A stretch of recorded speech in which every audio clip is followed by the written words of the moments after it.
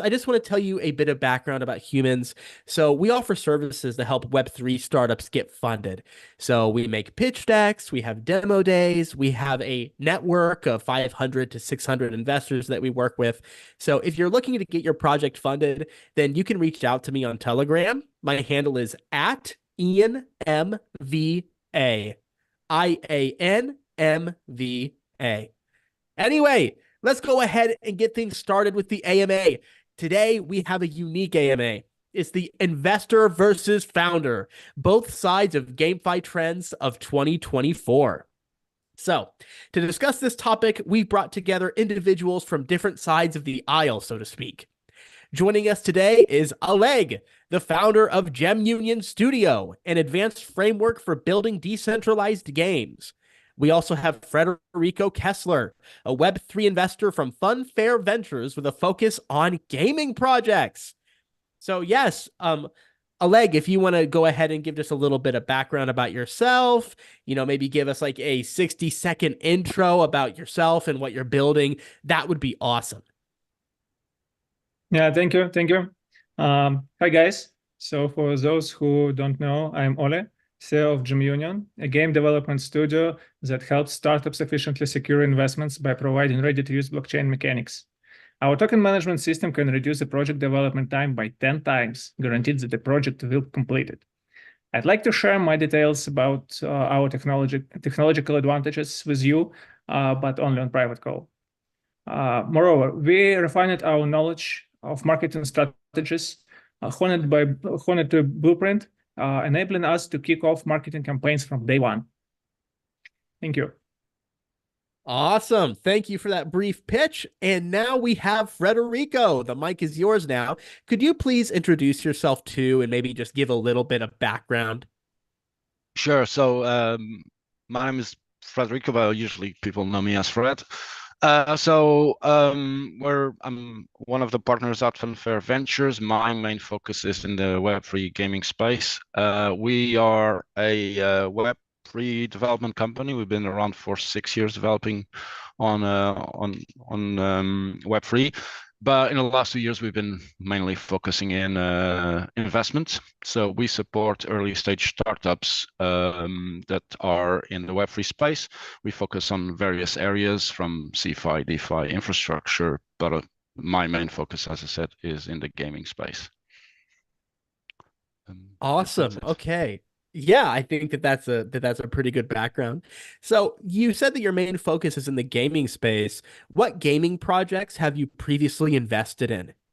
So of the around 42 projects we've kind of supported in the last 2 years, we have around, I would say, four projects that are exclusively in the gaming space. Octo Gaming, which they build a mobile app with the casual gaming and competitive play. Legends of Elysium, TCG game. Tribal Gaming, which was one of our recent investments, which basically is a hyper casual platform. And then we have a couple of other projects in terms of competitive gameplay.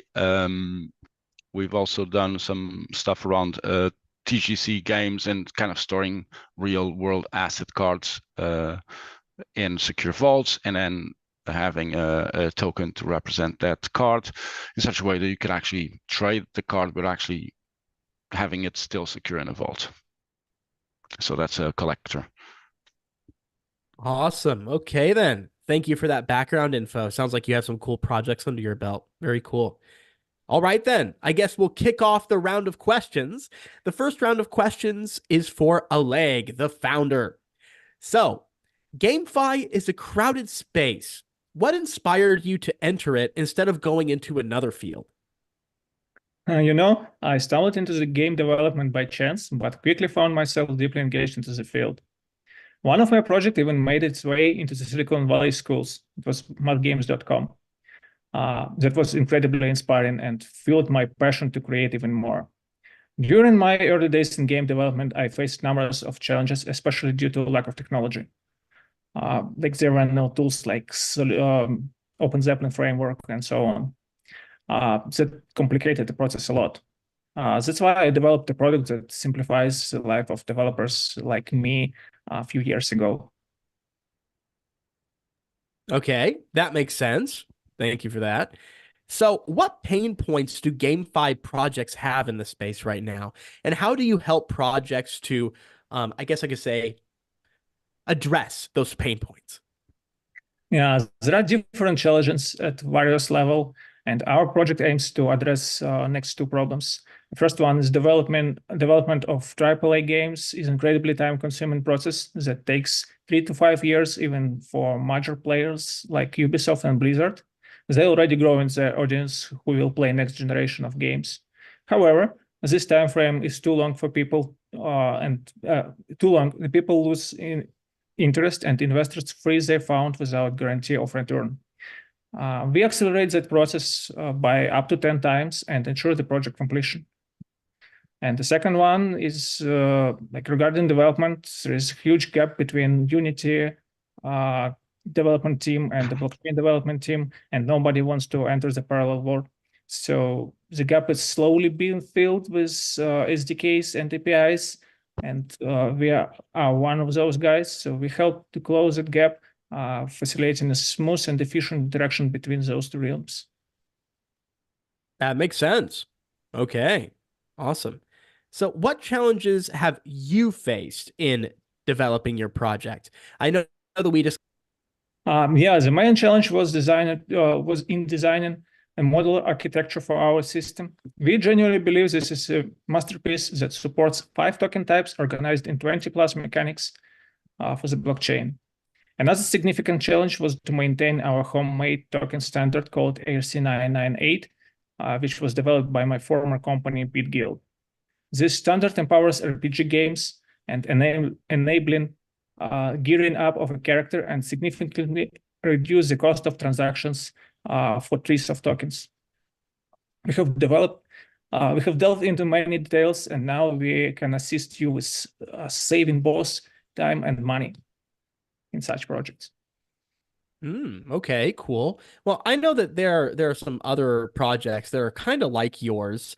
I've seen maybe 2 or 3 others. So, what sets you apart from your competitors? What others can't, like delivering fast, affordable, and high-quality services simultaneously. We boast excellent case studies and testimonials. With my personal 20 years of experience in programming, I offer a comprehensive understanding of the blockchain industry. And whether independently or through our partnership, we can tackle any project, including large-scale ones. And I believe the last one, we have access to multiple game communities here in Indonesia, comprising approximately 50,000 of people. That's right. You're in Bali, right? Yeah, I am. And Yeah, I guess very cool. viewers from Bali. Hey, guys. Awesome. Awesome. I'm very jealous of anyone who's in Bali right now. It's negative 25 where I live. So you are living the dream, my friend. That's for sure. Yeah, it's about 20 degrees in here and I'm cold, All right. Got it. All right, then. So, with that being said, let's go ahead and give Fred a round of questions as well. So, Fred, I'm really eager to hear some insight from you. As an investor, could you kind of give us an idea of your investment criteria when you are looking at GameFi projects? Is there anything specific that you look for in those projects for long-term viability, maybe? Yeah, I guess so. I would probably say that we do things a little bit different than probably a lot of the investors in the space, but that's also due to our experience in both Web3 and in the gaming space. So I think if my first criteria is actually the quality of the game and the type of game. So is it a good quality game, and is it a game that is going to be sticky enough to create a good acquisition and retention? I think that's to me is the first point. Second point is the team. So what is their experience and what's their background, and are they going to be able to deliver on it? Not only from a development standpoint, but also from, understanding the space, understanding the market, and being able to deliver on all of the needs of the project. And I think third is a bit of market, but also the strategy for the game in terms of onboarding and user acquisition. My belief is the Web3 market is still not big enough, and as such, for a game to be successful, it needs to cater to more than the Web3 audience, which means that their onboarding experience needs to be really good, really seamless, and not be a obstacle for acquisition from traditional players. So I think those are the three main focus that I have and that my partners have when we're kind of reviewing projects. If these three are fine, then there's smaller ones that we kind of look at and kind of dive a little bit deeper in. All right, that makes sense. Very insightful. Thank you for that. So, when you're checking out a project, do you check if a game's token is easily traded in the market? And if No, so, how do you do that? no, we don't. I No. don't. No, Wow. no. So again, as I said, I think we look at it a little bit different, correct? I don't actually think that a token is the fundamental bit on the success of a game in a Web3 space at all.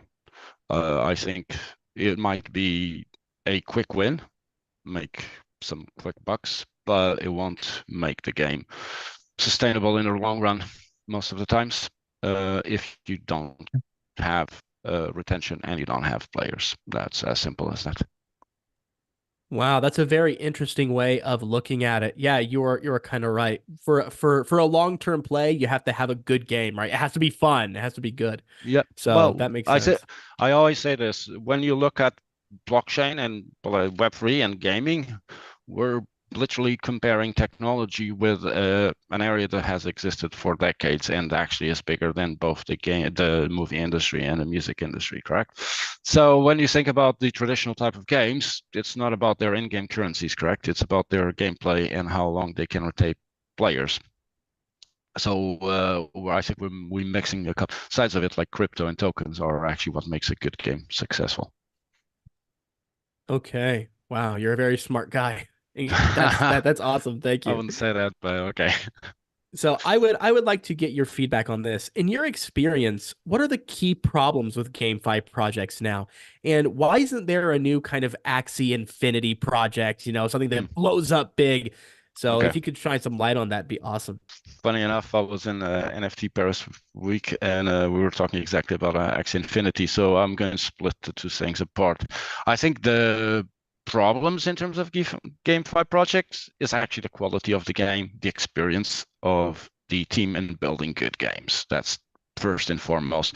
I think there's a still an existing problem in the Web3 space, which kind of is being solved, but it's the same problem in the last 6 years since we've started developing on blockchain, which is the onboarding. And I think it's still very focused on the technology and not the usability and the users. So, but that problem has been solved. People just, I think, are too new to the space or don't understand that actually it's not about Web3, it's about the audience and they don't really want to know the technical details. But I think it's about the quality of the game that and to create revenue. Regarding Axie Infinity, I think we need to look at Axie Infinity in a different perspective. First of all, it's not a game. It was never a game. It's about a mechanic for people during a special time where they were locked at home to generate revenue. And the audience mostly came from specific areas in the world where a less amount of money would actually make a massive difference to their day-to-day living. So I don't think we're going to see, and this is just my view again, opinions are varied. I don't think we're going to have an Axie Infinity. What I believe will happen is we will have bit by bit in the next 3 years, small games generating a good traction. And then that will bring more people with more games into the space and literally grow ever so often. I don't know if we're going to see some very good AAA games succeed in the space. Again, if they're not targeting traditional players, it will be hard for them to grow to numbers that are sustainable for a AAA game. That makes sense. Oleg, while Fred was explaining this when he said that Axie Infinity is not a game, you were smiling. So can I get your feedback on that? What do you think? Is Axie Infinity a game or was it more of an investment vehicle? I believe it's a game, but like really special game. They're really good about their economy. They're tuning it up all the time, and that makes them so long-term project. All right, makes sense. Thank you for that. So, Fred, I was wondering, can you share any sort of success stories or achievements of GameFi projects that you've previously invested in? So I guess just to preface that, we invest in early stage startups. So basically, very early stage where they are building their product, and that's due to the fact that our strategy as investors to come and help these projects be successful. So that means they're very early stage. Nonetheless, we do have one project that I could highlight that is Octo, and I'm going to elect Octo in terms of the volume of users that they have in their platform, which is compared to a lot of big projects out there, crazy. So they have around more than 250K monthly active users playing on their platform. That is a substantial amount of players in the Web3 space. And they've been growing and growing and growing. So quite happy with their performance. I think it's an example of how you can do things to generate volume of playing and retention. And then I guess I'm super excited about Tribo as a game because it is a very sticky game. I have a strong belief that it will be doing really well as soon as they launch the game. You said sticky? Yes, sticky. Which you means mean like people want to play it more and more? Yeah, look, a good example is something probably a lot of people dismiss: Candy Crush. But that's not a AAA game. I think the problem is when people look at the gaming industry, look at AAA titles only. But unfortunately, I think they're all missing a big point, which is mobile gaming is much bigger than a lot of AAA titles, correct? Like much bigger. And they're not about, they're about short session times of play, but a lot of play. And I think that's where I feel like there's a lot of value. Another bit, just to add to this, is the development time of complex big games is too long in a space that is changing so quickly. Like, we've been building our we started building our platform in 2017. And we had it live in 2018. If I look at blockchain nowadays, there's like a lot more than there was back then. So if you're building a game that takes 4 years to build, by the time you release it, you're probably outdated already. So that's why I believe that space with the sticky kind of quick play, casual, hyper casual, has a lot of more potential. But that, again, it's just my strategy. It doesn't mean that it's everyone's strategy or that it's the best one or right, but that's just my view.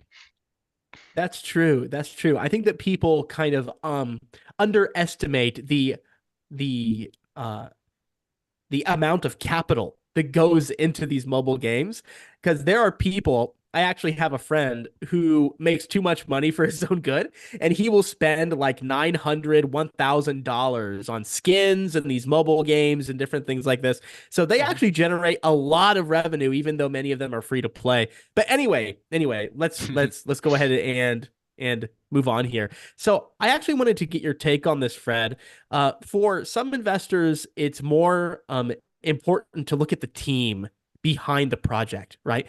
So how important is it for you to take a look at the founding team and see if they actually have experience in the game industry and things like this? So yeah, I would love to hear about that. Yeah, I think it is important. I think building a game is about understanding what the player wants and the mechanics of that. Of course, that doesn't mean that everyone has to have experience. There are some cases of people that haven't worked in industry and make cool games.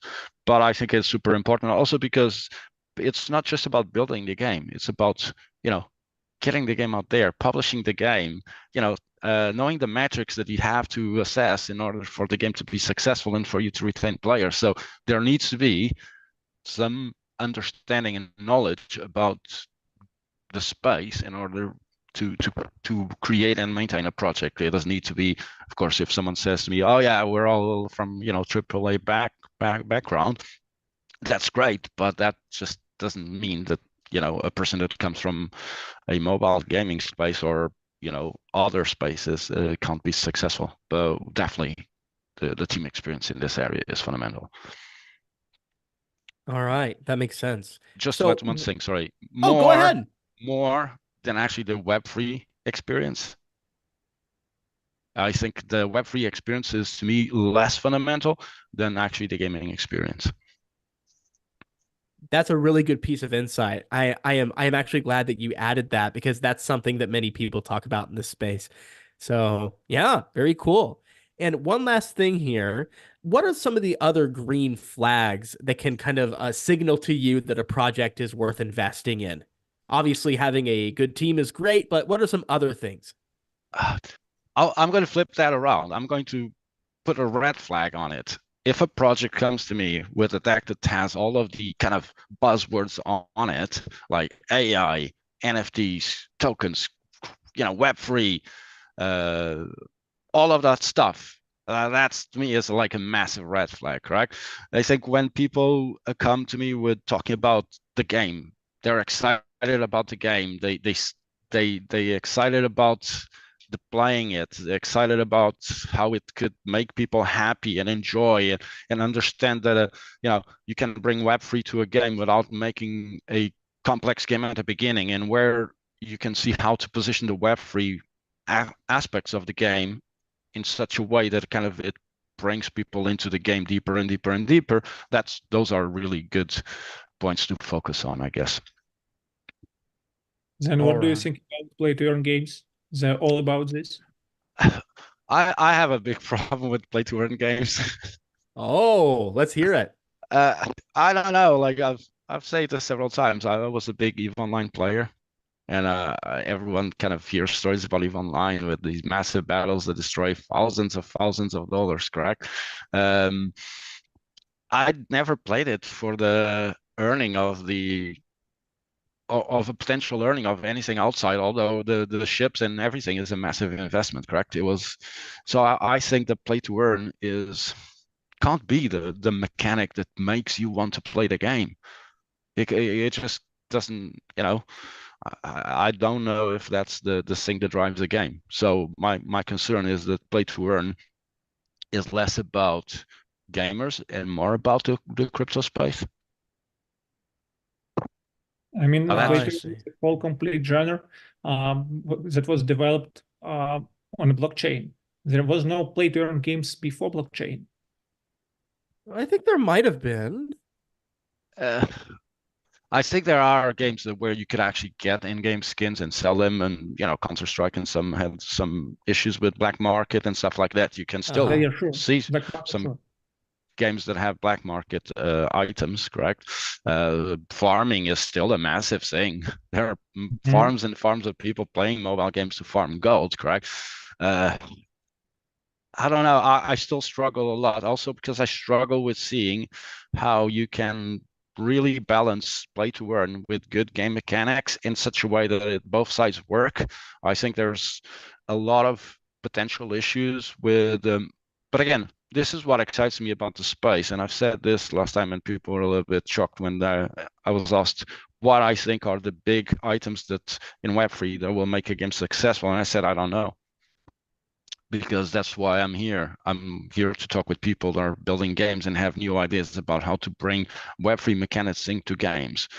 Again, I think play to earn came with a lot with Axie Infinity, and because of its success, it was like super highlighted. But I remember having that conversation internally where we discussed what was going to happen with Axie Infinity, and did happen with Axie Infinity, because again, there's if you have one like play to earn that is so high up in value, then the rest just doesn't exist. And when the play to earn breaks down because of the way it has to be kind of a bit of a, I actually made a step on when I said about play to earn. So there were at least two big games. Which games? Steppen. Oh, yeah.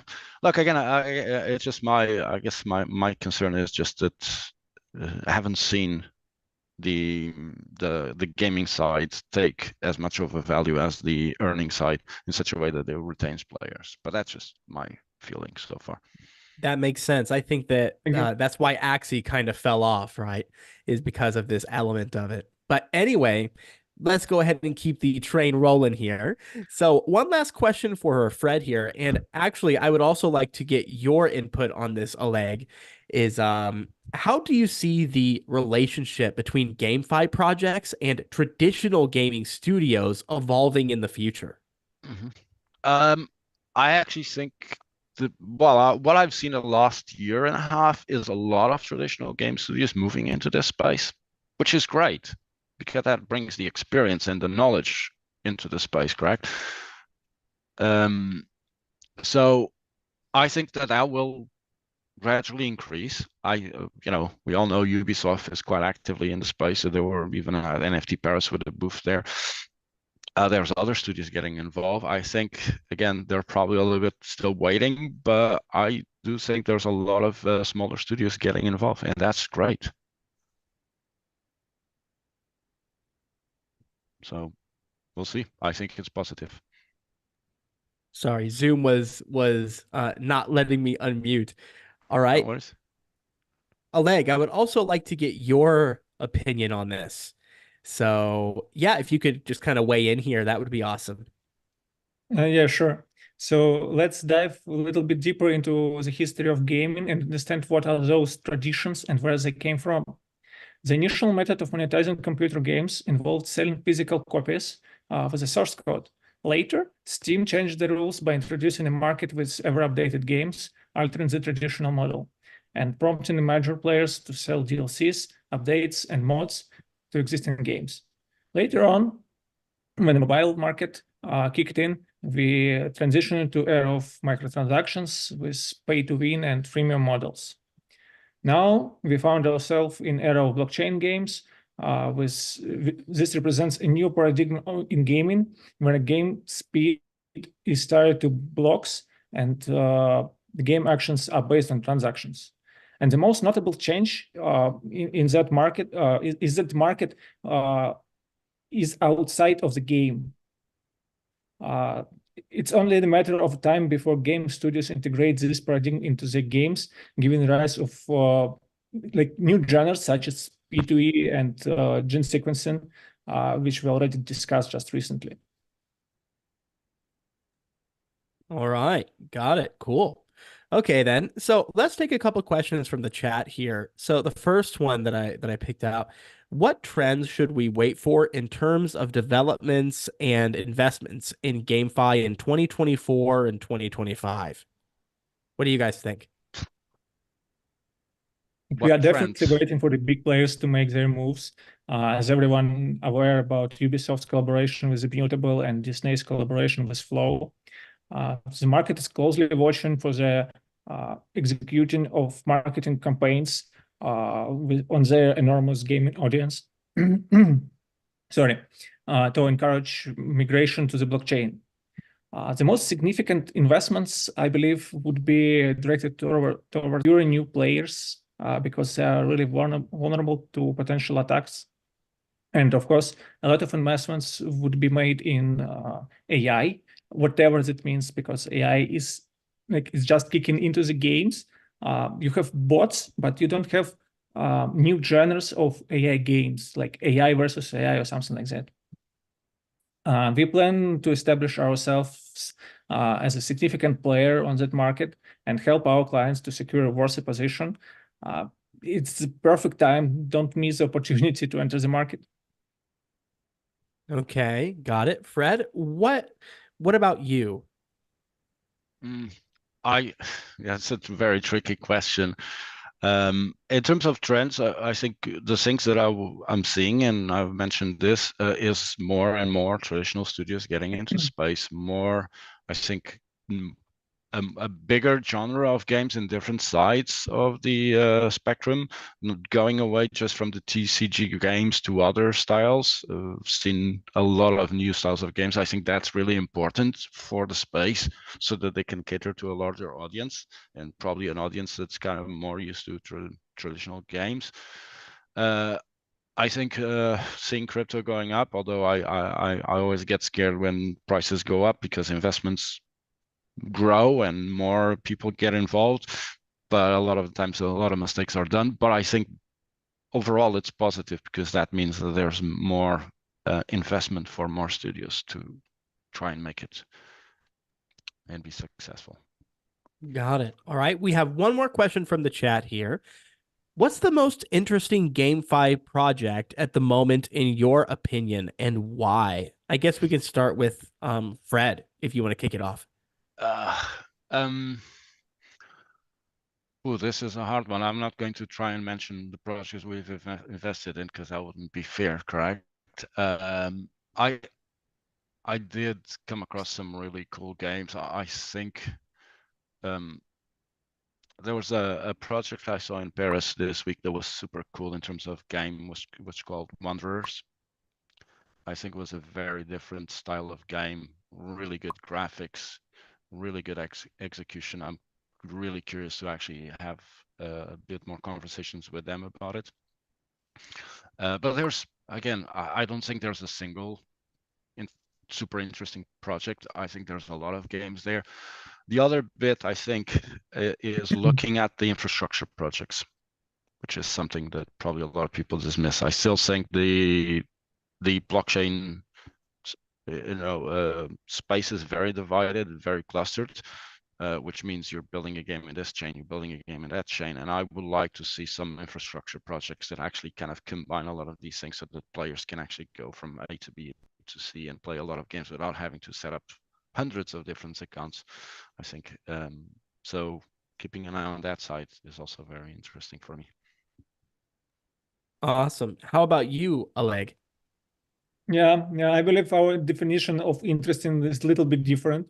So I would like to mention Nine Chronicles for the seamless transactions and the game timer based on blocks, like Axie Infinity we already mentioned, that did a lot of to balance the in-game economy.